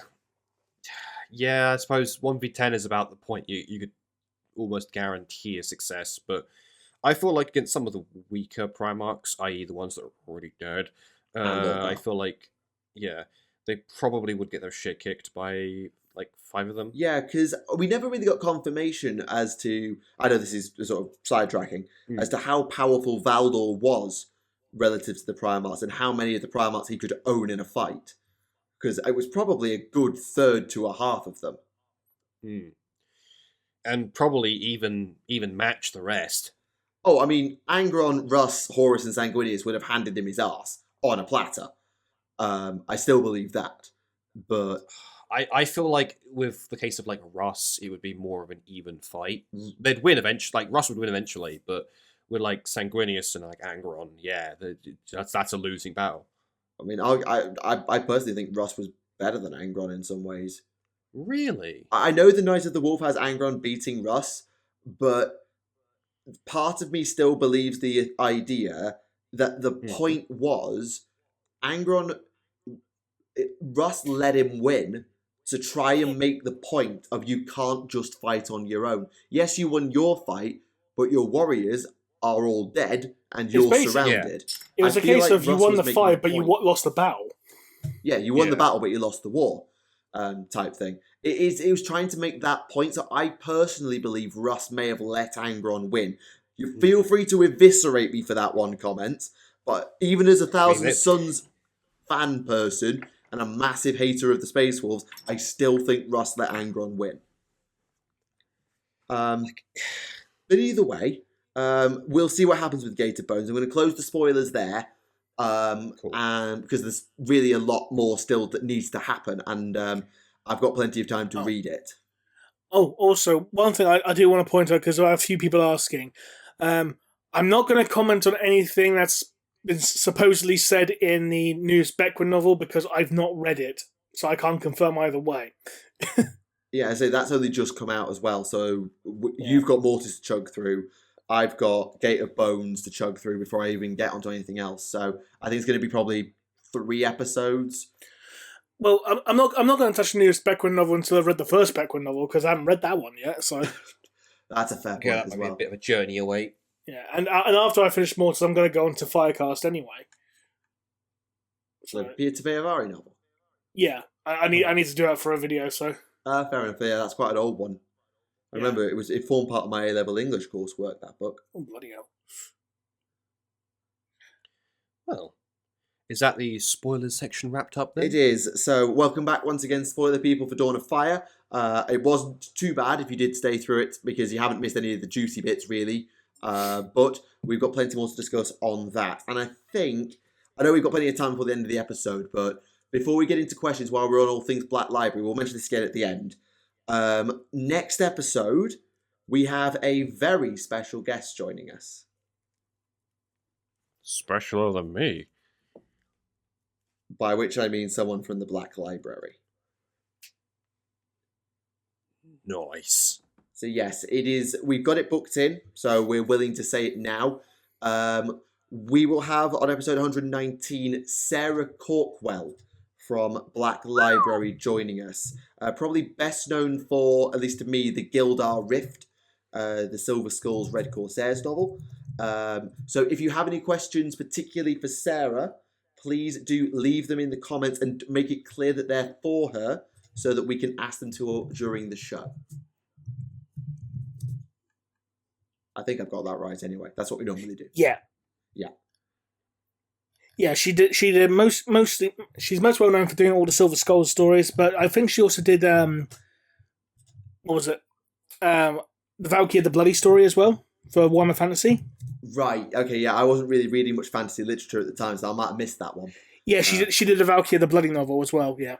Okay. So yes, if you have any particular questions on Sarah's work or her own speculations around some of the things she's done, please do leave them clearly signposted in the comments for us, and we will make sure to ask as many as we can next time.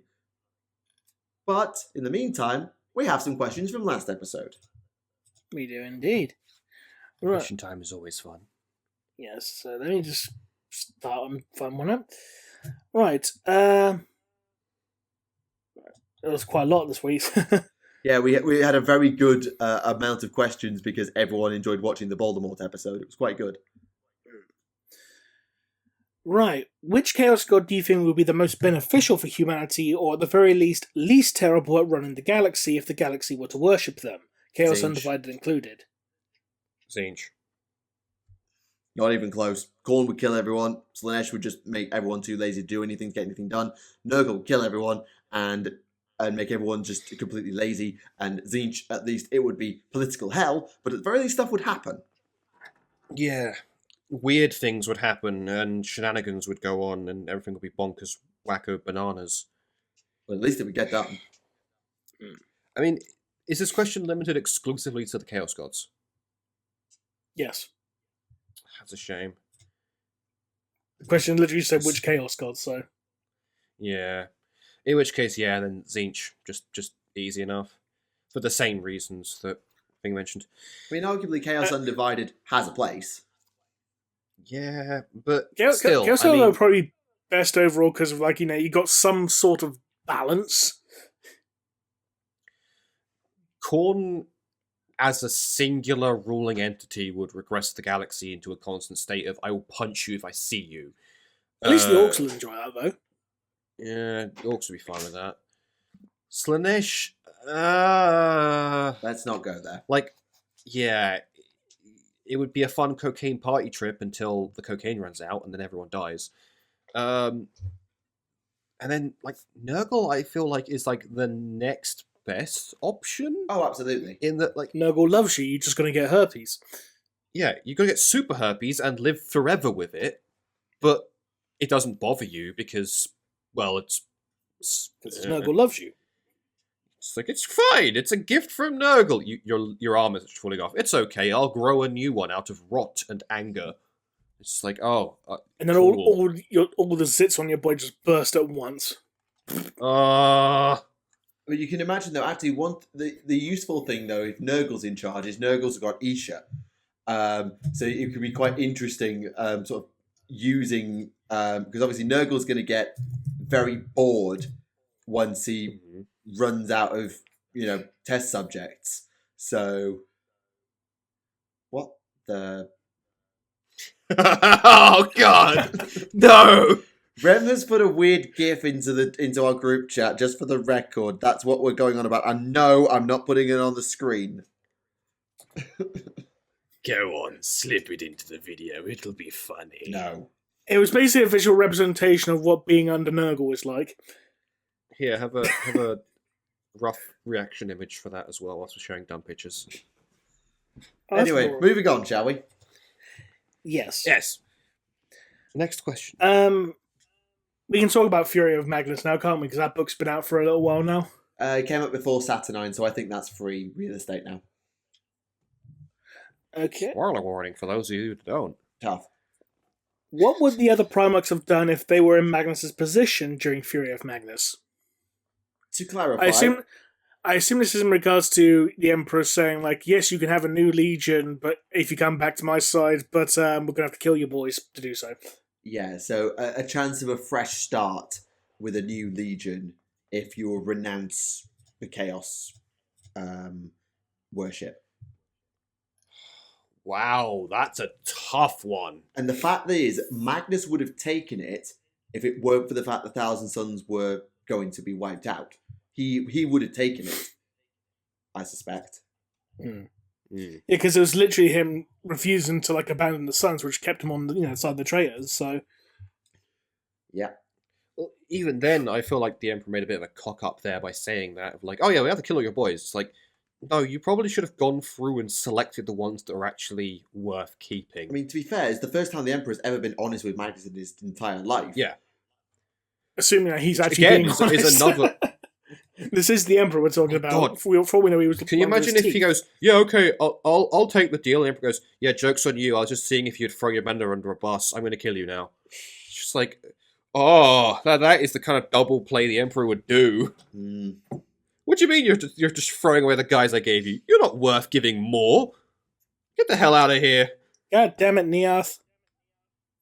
But yes, I feel like the other Primarchs would probably do the same thing of like, no. Especially the likes of like Angron and the like, because they're like, no. Angron will be like, you did this to me once already, you asshole. Yeah, it's interesting because Horus, I think, was too connected to the Suns and was too far gone by that point. Mortarion, I don't think there was much love for the Death Guard by Mortarion, but he certainly wouldn't have just thrown them away. No, Mortarion, he loved his Gene Sons, but he got to the point where he started hating Typhon. Okay, and those fair who enough. fought Typhon. Now, the one that's actually interesting to me is Kurz. Oh, Kurz hated everyone. Kurz hated everyone, but he would be the most willing to throw his old legion away because he blew up his own freaking planet because he hated them that much. So, I know, with Kurz now knowing what he knows, and maybe I think Kurz might have taken the deal. I don't think he would, because for the thing about Kurz, he's very petty. And it's basically like the whole point, like, he allowed, Mishen to assassinate him because, like, I'm letting you kill me just because this proves my fucking point. Kind of I've thing. been saying this would happen for the last, like, millennia. Come on, do it. Yeah, so I can imagine Kurz like, yeah, you can kill my sons, but again, this is just proving how much of a dickhead you are, Dad. Kind of thing. True. See, is this question limited to just the traitor Primarchs, or is it like a hypothetical if we loyalist can get was to in the that loyalists, position? absolutely. We'll get to the loyalists. I think Perturabo is another interesting case study because I don't know. I think Perturabo wouldn't take the deal, but I think he'd really think about it. Lorgar, Perturabo did seem like one of the more pragmatic of the Primarchs. Pragmatism, exactly. Because Lorgar, no. Fulgrim, no. I have a thing to say about Fulgrim though. Is the sword suppressed when this offer is issued? Well, this is like late. If this is late in the heresy, then Fulgrim is already a demon at this point. So, but so is Magnus. Bear in mind. No, yeah.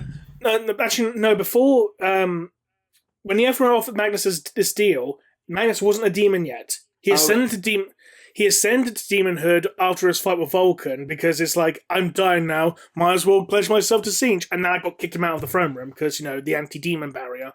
Yes, sorry. Yes. Yeet! Get out of the room! At the end of the book after the offer. Yes, my bad. Yeah. Right. Which obviously means Imagine that, using that as a get out of jail free card as well. Like, hey, guess what? Bye. which obviously means that if the offer's being given at this time, that also means Mortarion can't be offered it because he's a demon now. Angron can't be offered it because he's a demon now, and Fulton can't be offered because he's a demon now. Yeah, but that kind of ruins the fun of the question. Like, if pre-demon Fulgrim and like sword possession Fulgrim was offered it, I feel like if the sword is being suppressed, he would go, yes, please, get rid of him now. Help. Yeah, but again, is this pre or post reflection crack though? After he banished the demon from his body into the mirror. Yeah. Yeah, because When he was like, I'm going to become super kinky. I'm going to have my foot melted off with a blowtorch. Don't worry, it'll grow back in 5 minutes. Fun. Yeah, that was a weird scene. That was a weird story. Slaanesh. Fulgrim is such a fucking I think boy, and Perturabo is the most pragmatic to think about it. It Kurz, saddens I me agree, what maybe happens is a to bit him. too petty He's- to do he's- it, but I he's think the he'd most actually tragic at least character, I think about it. I think he would think it over. Oh shit, But am I you were thinking isolated? about the loyalists. Why? Hello? Hello, White? You there? I think we've lost him. Oh dear. Whoops, never mind.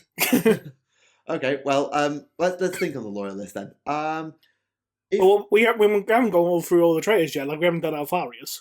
Alfarius is just. Because Alfarius is dead at this point. Alfarius is Right, Alfarius. I've returned. Or Omegon is Omegon. I don't think it really matters. Alfarius is Omegon, and Omegon's Alfarius.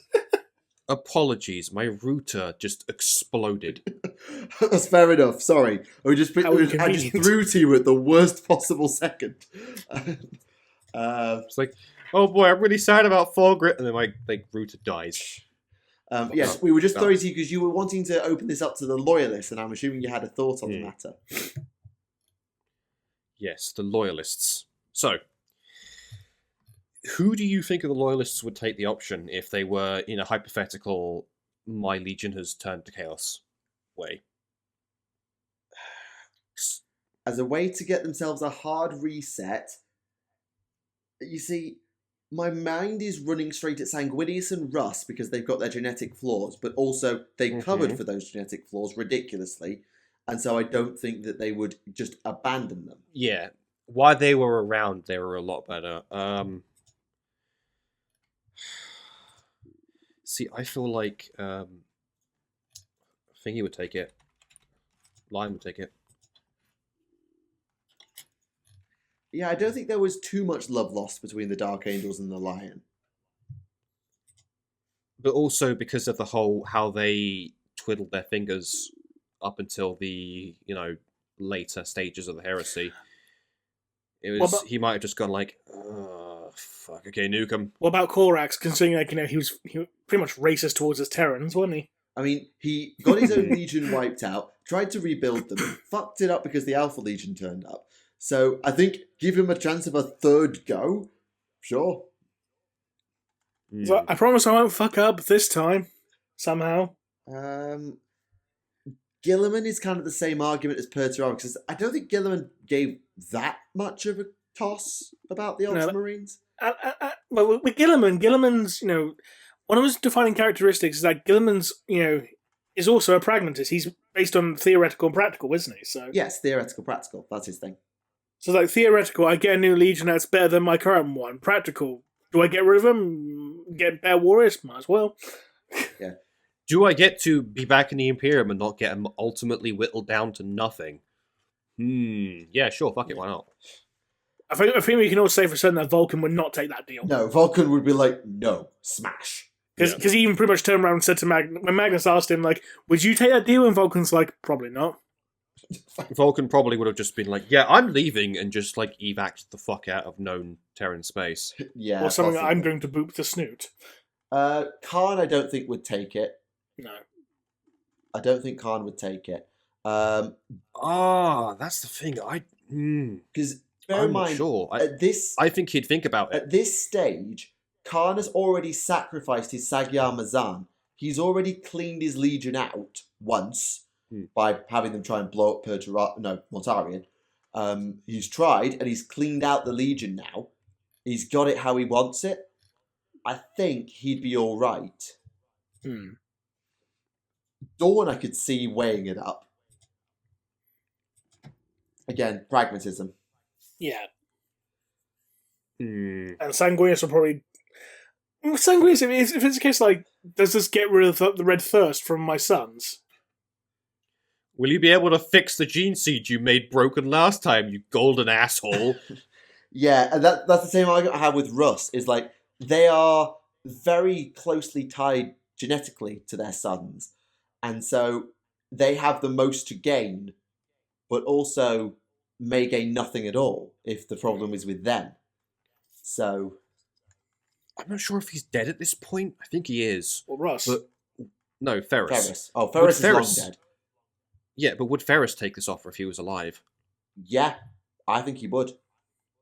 Because Does he have that much of a disappointment in his legion? the quote that comes to mind is Wrath of Iron, where Manus is lamenting the fact that the Iron Hands have taken to using bionics in imitation of his own metal-encoded arms. Which is horrifyingly painful for him. He wanted to purge the Iron Hands of this practice, but he died before he got the chance. So I think it's a fair time to remind everyone that Ferris Manus caught and crushed the last cannon beam. Fuck! I'm going to crush light! My steely hands! It's Necrodermis, we don't gotta explain shit. So it's been a while since we brought that up, so I thought we had to do it. Ah, beautiful. Spooky skeleton space robot skin makes my hands bend light. we just assume it was plasma and move on. Yes.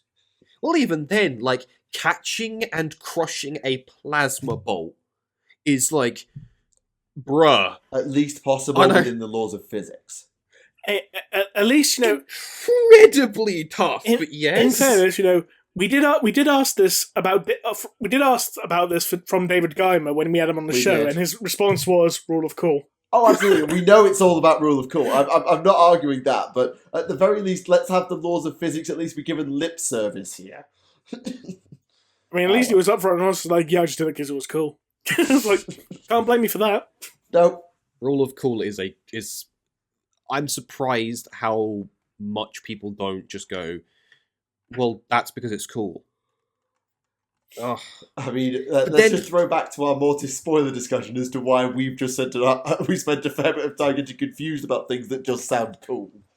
So You want to know where rule of cool goes horribly wrong? model design. Backflipping Terminators, Dawn of War 3. But that's not cool though. That's just stupid. Yeah, but they were like, oh no, it's cool because he's doing a cool animation. It's like, no, it's not. He looks dumb. Get rid of him. Delete him. And shape-shifting tanks. Yes. Or how about fire dragons being incapable of burning down a wooden barricade with their fusion rifles, which are capable of melting land raiders.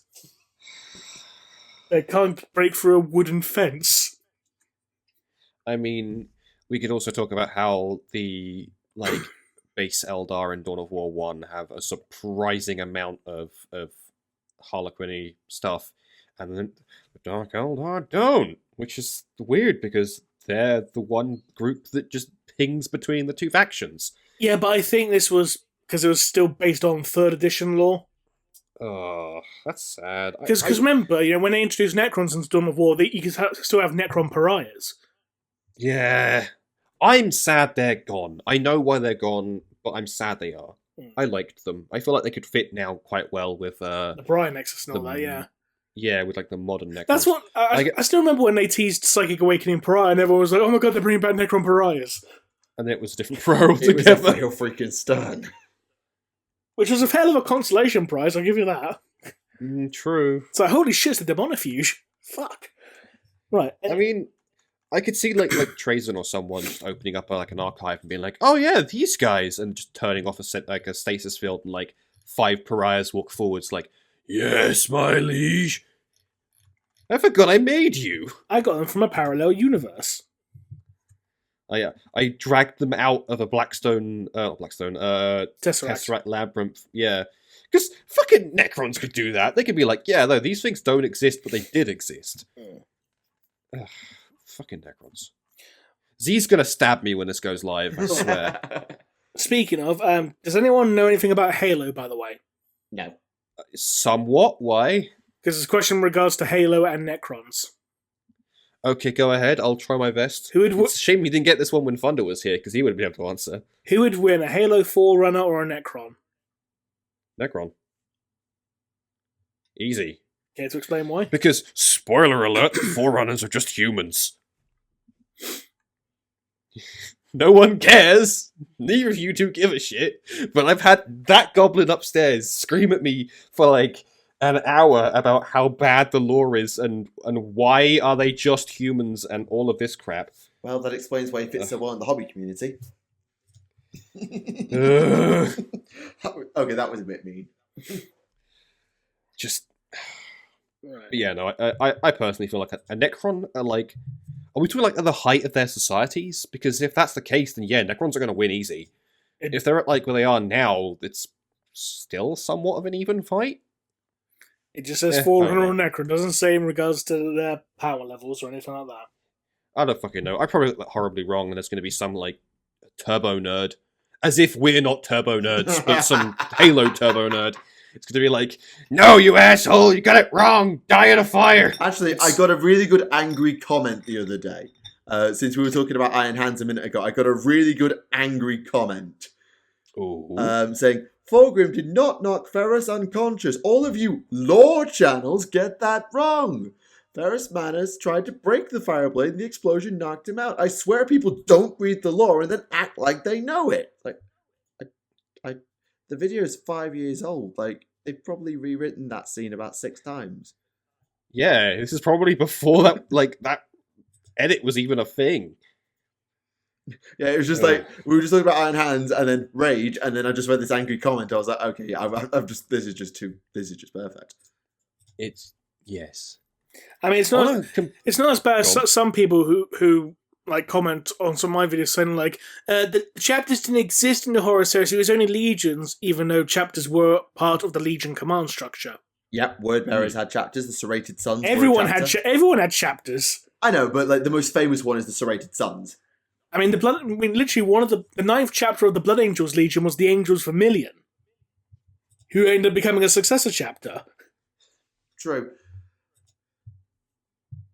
So anyway, I think we've ranted enough. Let's do a new question. Another question. Right.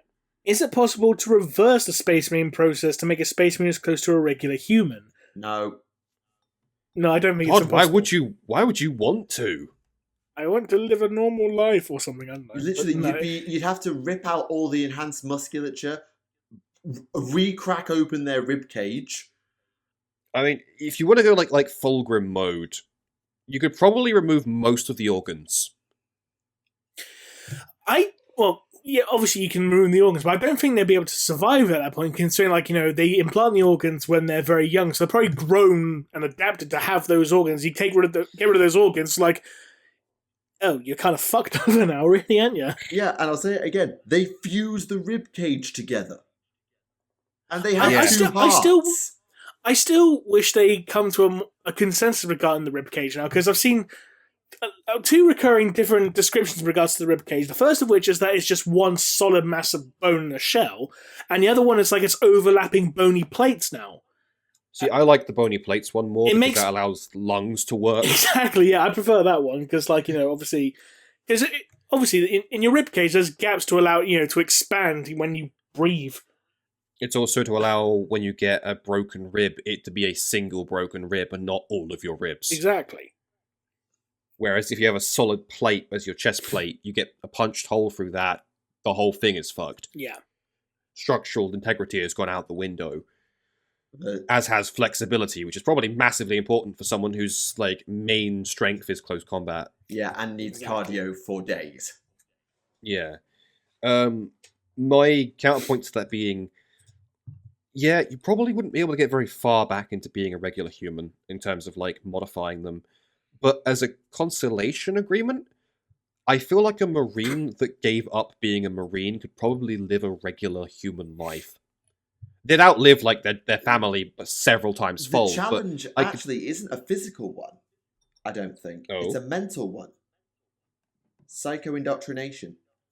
Yeah. How do you break a lifetime of being trained into being that? And I think, I agree that if a Marine found it in themselves to settle down, they could manage. The Fallen do it, for example. The Fallen do it. I remember there was a story about a Fallen basically just spilling all the beans at the bar. Or shouting off the fountain, or whatever it was, I think I remember. Becoming a planetary governor as well, what happened.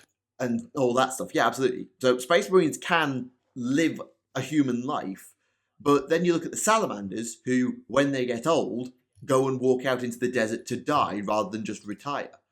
And live amongst the citizenry of Nocturne that they are best mates with. They go and walk out into the desert to die because it's more honourable than just growing old and dying. In the White Scars, living forever as a dreadnought is the ultimate shame. Well, not shame, but you really don't want to be a dreadnought. It's terrifying for them. Yeah, it's horrifying. Oh, I can't die in glory and have a great death. I'm stuck as a robot forever. It's not even so much that. It's because the fact that... Exactly. It's more of a case like, they're so used as a people culturally to being under the endless sky and the open plains, like to not experience that again, to be stuck in a box for eternity is like... Yeah, and horrifying. Sleep for like 100 years at a time between deployments. Absolutely horrifying. Because I noticed they changed the law in regards to White Scars dreadnoughts relatively recently, because originally the White Scars did not have them, period. Yeah, it was and then they retconned them for the Horus Heresy to give them dreadnoughts. Yeah, I remember it came up in a... when they released all the flyers, I forget the name of the sort of expansion they did with it, when they released the Storm Talon, the Croissant, and the Daka Jet, they had a White Scars dreadnought in the Battle Report army, and there was a big deal made about it, at least by White Dwarf itself. Yeah, because the first time there was a White Scars dreadnought, it was during 3rd edition, but that was before like the White Scars got any of their expanded lore. And then when their Index of Studies article dropped, like it actually gave them rules, they actually said like in the army list you cannot take dreadnoughts. Because, the White Scars do not have them because it's a fucking fate worse than death for them.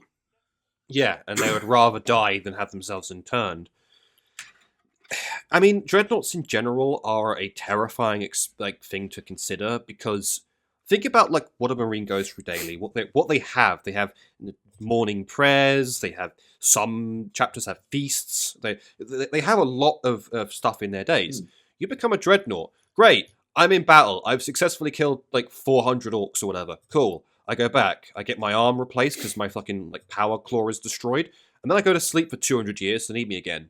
You have no experience beyond I am fighting until something finally kills me. I mean, some chapters do use their dreadnoughts as sages. I know the Space Wolves wake up Bjorn every 100 years for story time. So sometimes they will use them differently, but certainly in some chapters it is just fight, nap, fight, nap, fight, nap. I mean, I'd want to sleep as much as possible, because I wouldn't want to be awake when I can't do anything. I'd want to be constantly on the battlefield until something finally puts me down. Yeah, but that's us looking at it from our regular human beings' perspective, not the psycho-indoctrinated Astartes view. Yeah, true, and in this weird, fun, futuristic, horrifying retro setting. Or even from the Iron Hands perspective, where people are like, hey, I want to be a dreadnought. God. Because that makes me as close to being... Because then you're dead.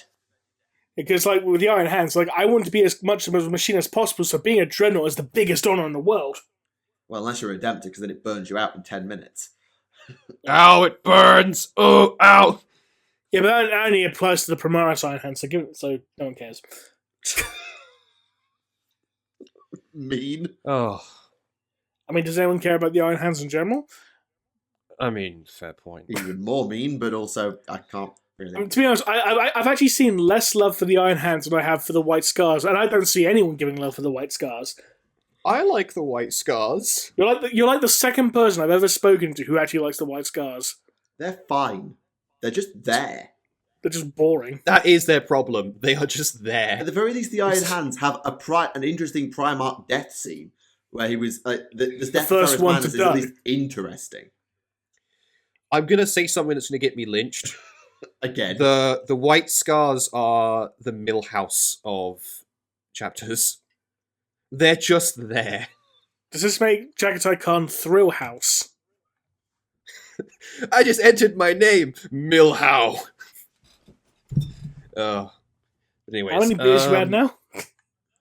We are at 1:55. That's not why I asked. I asked how many Sorry, beers that's what I you thought had you said is what time we're at. now. No, so how many beers have you had now?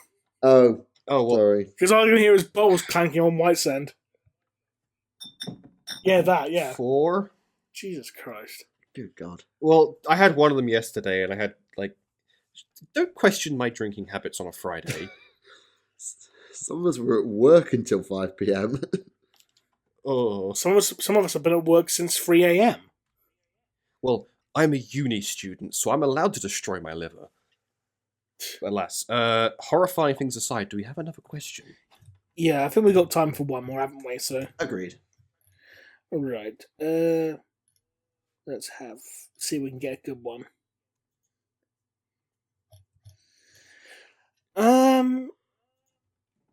Okay, we're end off on this one because there's a question for Tactica.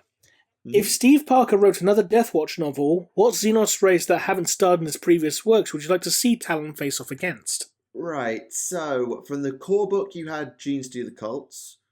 From I've forgotten his name. Deathwatch. I've forgotten his Shadowbreaker. Shadowbreaker, thank you. That was Tau with a side of Genes Do the Cults. So it's gonna have to be Genes Do the Cults again, just to keep the plot thread going. So either a full-blown Tyranid invasion, where they're doing sort of an extraction op in the midst of a full-blown Tyranid invasion, or something, because there's also the Eldari got very involved in Shadowbreaker toward the end, in terms of the Inquisitor that had gone rogue in Shadowbreaker. The Eldari got very much involved with that, and in terms of keeping Karis alive, I believe that was entirely the work of the Eldari. So the Drukhari might be interesting because suddenly Karis being on the Eldari's radar might put him on certain Drukhari's radar. So either Tyranid invasion or Drukhari raid. Fair enough. And I think we'll call it there for questions today. All right, fair enough. Well, if you have a question for us for the next episode, please do leave it in the comments with the word question. Though bear in mind, as we have got a Black Library guest, those questions will take priority, and we may not get round to answering as many as usual. Mind you, we've only got through 4 today because we spent ages dissecting every single one. I'm sorry, it's what I do. No need for an apology. It's good. But yes, I think that brings us pretty much to time. So thank you everyone for watching episode 118 of Adeptus Podcastus, and thank you very much to Dr. White for joining us once again. Hey! It was a blast being here. I've missed being a guest. Yeah, it has been a long time, something like 50, 60 episodes since you were last on your own. So definitely glad to have you back, and hopefully we won't leave it quite so long this time. Yes, well, if you ever want me again, I'd be happy to come and speak sultry tones and remind everyone how much I don't know this lore. And I think for maybe the second time for an episode featuring you lot, there was no gate crash. Yes, because, I don't know, maybe he's playing Minecraft? Fair enough. But yes, we do hope you enjoyed the episode. And as a reminder, we have got Sarah Corkwell from the Black Library joining us next time. So if you have any questions, please do drop them down in the comments as well. And we will try and get as many of them asked and answered in the next show. But for now, thank you very much for watching. This has been Tactica Imperialis. This has been Remlace from 4AK Theories. And I'm Dr. White. And we'll see you all next time. Bye-bye.